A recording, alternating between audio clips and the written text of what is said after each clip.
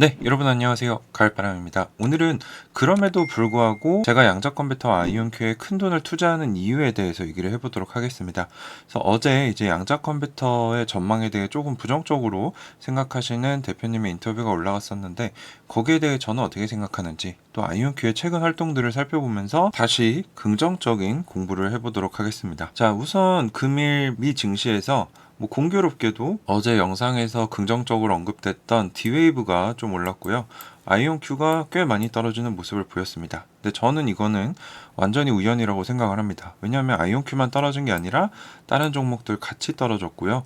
D웨이브나 리게티 같은 경우는 시가총액이 굉장히 가볍기 때문에 예상하지 못한 방향으로 튈 때가 굉장히 많습니다. 그래서 어제 이렇게 움직였다고 진짜 아이온큐가 못하는 거고 D웨이브가 잘한다? 요거는 저는 아니라고 생각을 합니다. 자, 그리고 개별 종목만 볼 게 아니라 제가 보는 것처럼 양자 컴퓨팅 종목들 여러 개를 같이 봐야 이 종목이 오르고 내리는 게 단순히 이 종목만의 문제인지 아닌지 이런 것들을 볼 수 있습니다. 그래서 이런 식으로 여러 양자 관련 종목들을 묶어서 보시는 게 좋다는 걸 말씀을 드리고요. 또 더 크게는 미 증시 자체를 봐야 됩니다. 그래서 어제를 보면은 다우존스와 S&P가 내렸고 나스닥이 소폭 올랐는데 중소형주 러셀 2000 지수는 1% 넘게 빠졌습니다. 즉 어제는 중소형주가 많이 안 좋았구나라는 걸 볼 수 있기 때문에 아이온큐가 떨어진 게 꼭 아이온큐가 못해서다 이렇게 말할 수 없다는 거죠.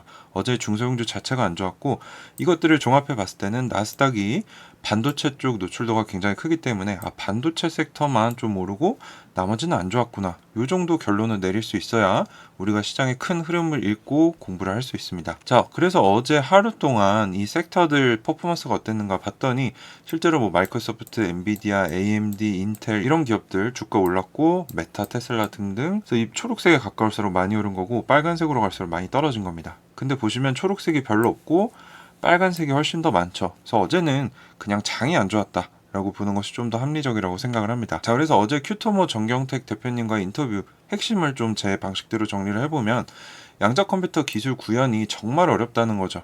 거의 0%다라고 하실 정도로. 하지만 되면 엄청난 가치를 가져온다는 거는 확인을 해주신 상황이고요. 또 개별 기업적으로 보면은 IBM은 허풍이 심하다.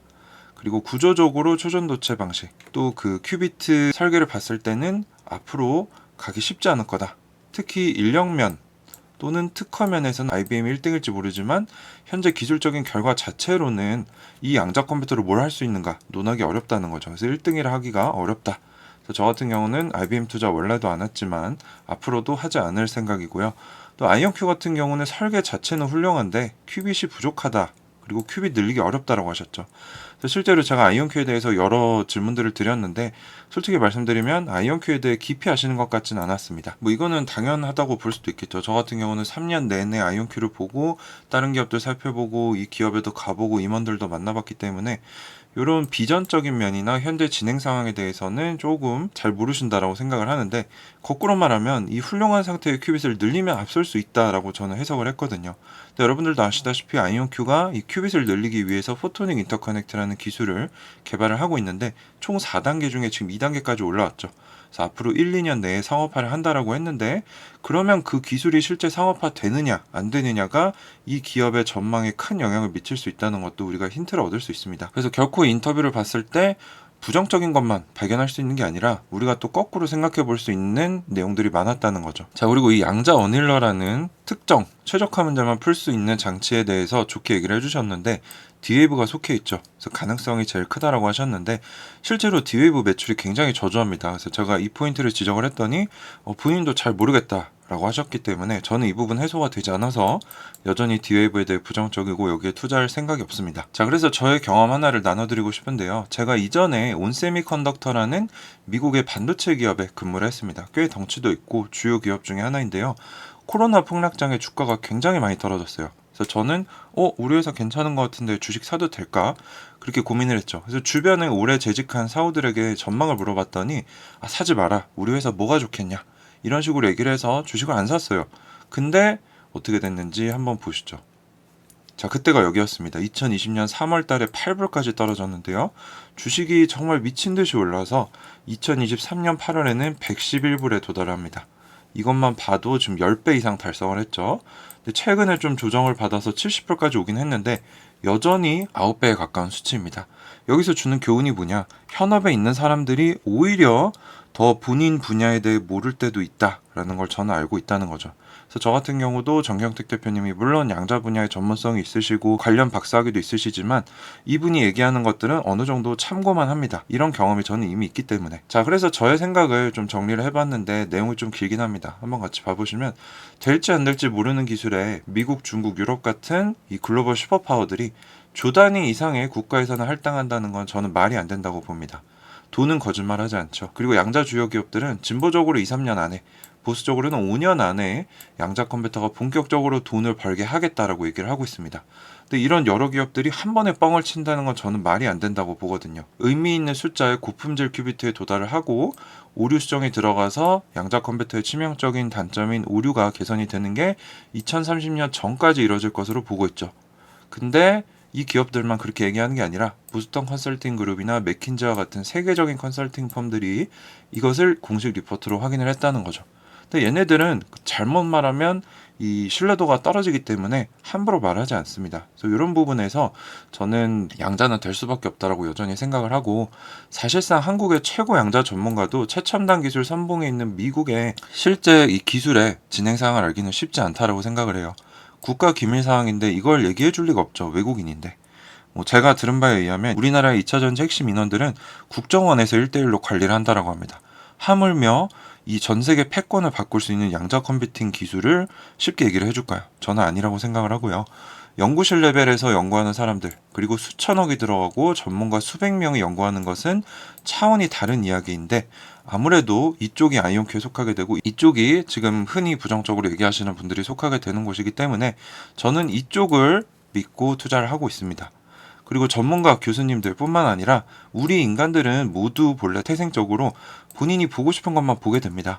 그래서 저도 이것 때문에 저는 이제 긍정론자이고 좋은 얘기들을 하기 때문에 부정적인 의견들도 살펴볼 필요가 있다라고 생각해서 부정적인 기자들도 가져와서 보는 거고요. 이런 인터뷰도 기획을 했던 겁니다. 그래서 여러분들이 이 부분을 좀 이해를 해주셨으면 좋겠어요. 그래서 본인이 다 한다라고 생각하는 것은 굉장한 교만입니다. 투자는 겸손한 자에게 수익을 가져다 주기 때문에 여러 의견들을 들어보고 고민할 필요가 있다. 그리고 앞에서 말씀드렸다시피 현업에 있는 사람의 눈은 종종 멀기도 합니다. 저도 그랬고요. 그러나 돈은 거짓말하지 않습니다. 근데 이렇게 엄청나게 큰 돈이 양자 컴퓨팅에 들어가고 있고, 또 더 나아가서 아이온큐만이 양자 컴퓨터로 유의미한 매출과 성장세를 보여주고 있기 때문에 저는 이거를 고려하고 아이온큐에 큰 돈을 투자하고 있는 거죠. 그리고 사실 기술 자체와 투자 주가는 좀 다른 문제입니다. 기술이 된다 안 된다 얘기가 나올지 몰라도 여기에 희망을 본 국가나 사람들이 몰리게 되면은 주가는 올라가게 되는 거고요. 사실 엄밀히 말해서 우리는 투자자로서 주가가 오르면 좋은 거죠. 기술 자체가 되느냐 안 되느냐 요거는 시간이 걸리더라도 우리가 기다릴 수 있는 거기 때문에 좀 다른 문제라고 볼 수 있습니다. 그리고 신기술들, 인터넷, GPS, 반도체, 드론, 암호기술 등 이런 것들은 보통 군사 정보기관들이 써보고 이게 기술이 발전이 되면서 민간 부분에 적용이 되는데, 양자 컴퓨터도 이 수순을 지금 밟기 시작한 지 몇 년 됐습니다. 저 같은 경우는 될 수밖에 없다라고 생각하고 인터뷰 영상의 내용들을 존중을 하긴 하지만 동의는 하지 않습니다. 그래서 여전히 제 초장기 수량 26,000주는 쭉 가져갈 생각이라는 거죠. 자, 그래서 주요 기업들의 매출 비교를 다시 한번 보면은 지금 숫자로 양자 컴퓨터 매출을 확인할 수 있는 기업이 아이온큐, 컨티니엄, 리게티, 디웨이브인데 2023년부터 24년 2분기까지 아이온큐가 압도적으로 4천만 달러 이상, 컨티니엄이 2,400만, 리게티가 1,800만, 디웨이브가 1,300만으로 압도적으로 많은 매출을 내고 있고요. 이거는 저만 얘기하는 게 아니라 애널리스트들 또 양자 전문 언론들도 인정을 한 사항입니다. 그래서 지금 양자를 잘 모르는 사람들이 IBM이 1등 아니냐라고 하시는데 IBM과 비견될 정도로 위상이 2, 3년 전보다는 상당히 많이 올라온 상황이라는 걸 숫자가 증명을 해주고 있습니다. 돈은 거짓말하지 않는다는 거죠. 자, 또 아이온큐의 상장 이후에 매출을 보면요. 160만 달러 수준에서 지금 1100만 달러까지 거의 10배 가까이 놀라운 성장을 보여주면서 계속 예상치를 초과 달성하고 있는 반면에 이제 어닐러를 쓰고 있는 디웨이브 같은 경우는 상장 이후에 170만 달러로 상장을 했는데 지금 2년 가까이 지났는데도 크게 성장을 못했고요. 대부분 예상치를 하회했습니다. 그럼 이것만 봐도 우리가 기술은 잘 모르더라도 투자자로서 어디에 투자해야 되는지는 명확하다고 저는 생각을 합니다. 그래서 기술 자체 현업에 계신 분과 투자를 하는 우리와 뷰는 다를 수 있다는 거죠. 또 주가의 퍼포먼스가 이를 얘기해 줍니다. 아이온큐는 상장 이후에 현재 마이너스 25% 정도를 기록을 하고 있어요. 이거는 뭐 적자 성장주들은 다 비슷한 수준을 밟고 있지만 D-Wave와 리게티는 마이너스 90%, 마이너스 92%를 기록을 하고 있습니다. 이미 주가가 어떤 회사가 더 잘하고 있는지 충분히 설명을 해주고 있다라고 저는 생각을 합니다. 자, 또 아이온큐가 최근 했던 활동들을 보면요. 9월 25일에 아이온큐의 글로벌 상무인 마크 솔로몬, 이분 같은 경우는 IBM에서 30년 동안 사업 개발을 하시다가 아이온큐에 넘어오신 분이죠. 이분이 워싱턴 DC에서 열린 QIC, 양자정보과학 브리핑에서 양자산업 리더들과 함께 참석해서 양자 기술에 대해 논의했다. 워싱턴 DC입니다, 무려. 그리고 9월 26일에는 피러체 퓨맨 CEO께서 요르단 국왕과 만났고요. 메릴랜드 주지사 그리고 여러 미국 기업, 대학의 대표들과 함께 원탁 회의에 참여를 했다. 어떤 협업을 할 수 있는가 논의를 했다는 거죠. 근데 양자 컴퓨터 기술이 되지 않는다면 왜 워싱턴 DC에서 이런 것들을 하고 왜 국가 정상들과 기업의 CEO들이 만나서 이런 것들을 하겠습니까?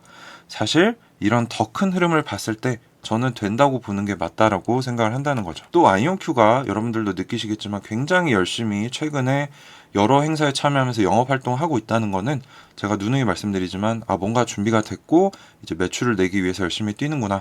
궁극적으로 좋은 결과가 나오겠구나라고 추론하는 게 좀 더 합리적이라고 생각을 합니다. 자, 그래서 오늘 의견을 정리를 좀 해보면 투자를 하면서 내가 올바른 길을 가고 있는가 체크하려면 긍정, 부정 얘기를 모두 들어봐야 되고요.